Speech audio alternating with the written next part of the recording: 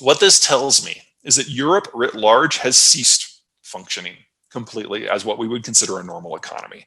Consumption has collapsed across the entire Union, which means they have kind of a South Korea demographic structure, and they have to export to make things work.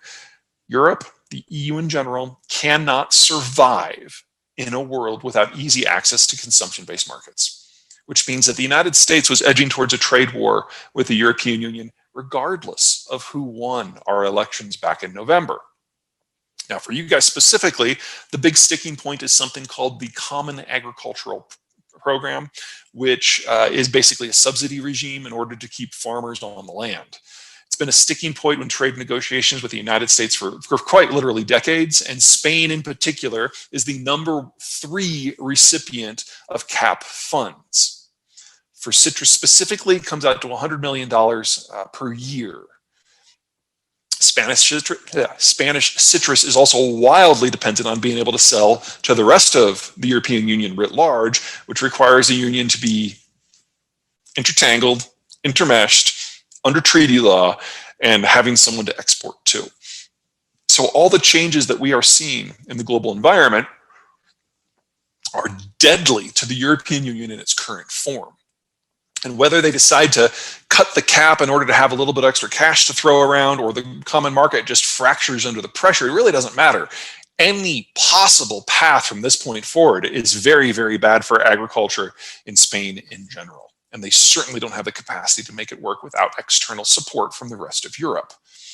So whether or not there's a trade war or a trade deal with the United States, it doesn't matter, because support for citrus will go away. We'll close out with a few thoughts here. First of all, give you an idea of things to look for moving forward. First of all, we have our first stimulus package coming out of the Biden administration. It's in front of the Senate right now. It'll probably go back to the House within a few days for approval. It will certainly be implemented before the end of this month, and nor is this the end of it. There'll probably be a second supplementary package later in the first half of the year. So just get ready for that money to be coming in. If you haven't already reached out for a little of assistance from your lobbyists, now would be a great time. Second, the Russians and the Americans are butting heads in a very big way.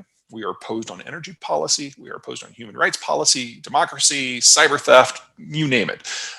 And the big change from the Biden administration compared to the last 12 years is that we're not exposed anymore. It used to be that the United States refrained from doing anything too direct against the Russians because we were wrapped up in NATO and we didn't want a nuclear war. We were wrapped up in energy markets and we didn't want to trigger any sort of global catastrophe. Well, that's not the case anymore. Under Trump, we basically removed ourselves from NATO. So you can have strategic blowback from the Russians that doesn't hit the United States. And the shale revolution has run its course, and we are now net energy independent, which means that if you have an energy shock that's Russian triggered, it doesn't affect us. So expect the Biden administration to throw all kinds of sanctions on the Russians for all kinds of things, and to specifically target the energy sector. And that will crush the prospects for a lot of countries around the world, but really have no impact on North America. Speaking of energy, let's talk about Iran. The Iranians are facing a lot of problems right now. The Trump administration's maximum pressure campaign succeeded in shattering the Iranian economic system. They really can't export much crude anymore. And without the money that comes from those crude sales, they have a hard time supporting their paramilitary groups throughout the broader region. So the overall Iranian strategic picture is the worst that it's been in 40 years. In that environment, the Biden administration would like to have a new nuclear deal, but they don't just want to dust off the old one. They want to start over and get a new deal with better terms that reflects the strategic changes. Iran, of course, thinks that's an awful idea. And so they've started trying to get leverage over the United States. Problem is, they don't have any, and they really can't get any. Around New Year's, the Iranians went out and hijacked a South Korean chemicals tanker in an effort to get some political chips that they could trade away. Trump did nothing. Biden did nothing. We just don't care, which means that the Iranians don't really have much choice but to try to amp it up and grab bigger ships. that's a problem for everyone else, not for us. The country that would face the biggest problem from that is the world's largest oil importer, China, a country that lacks the military capacity to get to this region in the first place. Fourth, this is Katherine Tai. She's the US Trade Representative. If you don't know her now, get to know her very well. By some measures, she's wildly underqualified for the job. The trade representative is responsible for negotiating every trade deal we have. Tai has never led a trade deal. She's never even managed a large bureaucracy. So she really is coming in with no experience. But honestly, that tells me everything I need to know about the Biden administration's trade policy. There really isn't one in the traditional sense. With the possible exception of the United Kingdom, we're not even considering having a new deal with anyone in the United States. What Katherine Tai is a trade litigation lawyer. She sues countries who violate the spirit and the letter of American trade law. We're going to sue everybody. Now, if you want Katherine Tai to sue someone on your behalf, try to get as far up on her list as you possibly can. She's going to be a very busy beaver because the US thinks everyone violates the letter and the spirit of American trade law. So it's just a question of who gets in first. Fifth, the Biden administration has said all the right things about Europe and re-engaging with the world, but the Biden administration has also made it very clear that it expects America to be back and leading the world, but it's going to do so without any money and any troops. Yeah, that's not how that works. In reality, the Biden administration is actually very hostile to Europe in particular, because under Barack Obama, the United States asked the Europeans for two things: troops for Afghanistan and stimulus spending to help recover from the 2007 crisis. Europe gave nothing. Biden remembers that.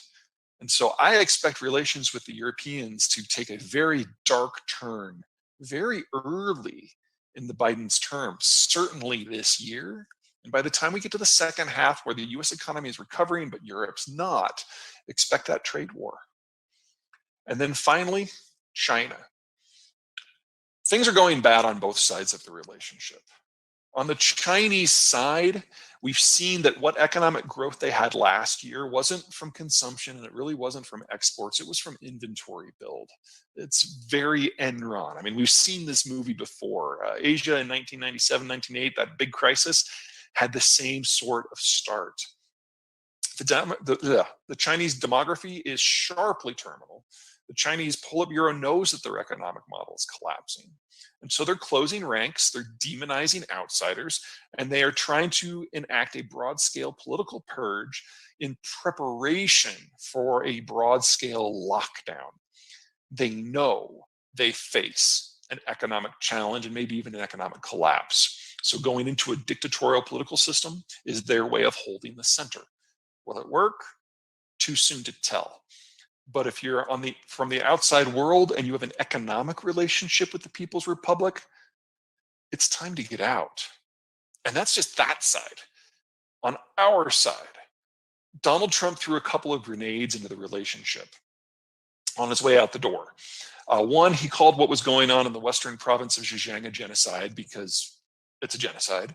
And second, he said that any American bureaucrat or diplomat could go to Taiwan at any time in their official capacity as an American representative, which is like that far from formal recognition because, Taiwan is an independent state. The Biden administration also doubled down on every tariff and every sanction that Donald Trump started on. That includes sanctions on the Chinese equivalent of Chevron Texaco, as well as Huawei.